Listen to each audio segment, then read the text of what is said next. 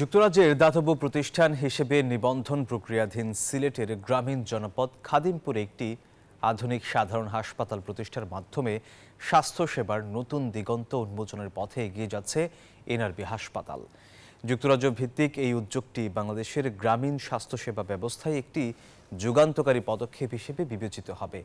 হাসপাতালের কার্যক্রম এগিয়ে নিতে সোমবার রাতে লন্ডনের ইমপ্রেশন হলে ফান্ডরাইজিং ও ডিনার অনুষ্ঠিত হয়। ফারহান মাসুদ খানের পরিচালনায় হাসপাতালের কার্যক্রম তুলে ধরে বক্তব্য রাখেন উদ্যোক্তা ব্যারিস্টার মোহাম্মদ লুৎফুর রহমান। আমরা যে একটা এনআরবি হসপিটাল করতে যাচ্ছি, এটা এমন এক জায়গায় পড়ছে উমরপুর এবং আশাকান্দি ইউনিয়নের মাঝামাঝি, ঠিক বর্ডার লাইনে। যার কারণে আজকে আমি প্রথম আমার এই দুই ইউনিয়নের মানুষকে নিয়ে বসতেছি এবং অনেক সাড়া পাইছি। How they can get involved in this project is very important. আমরা এটা আজকে মেসেজ দিতাম যে আমাদের এলাকায় এই ধরনের একটা প্রজেক্ট প্রচুর জরুরি, very important একটা হসপিটাল।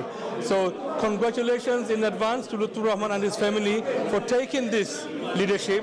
এটা একটা মহৎ উদ্যোগ এবং আমাদের এলাকাবাসী খুব উপকৃত হবে এবং অসহায় মানুষ যারা আছে এরা সুচিকিৎসা পাবে। আমরা দোয়া করি এবং লুৎফুর সাহেবের জন্য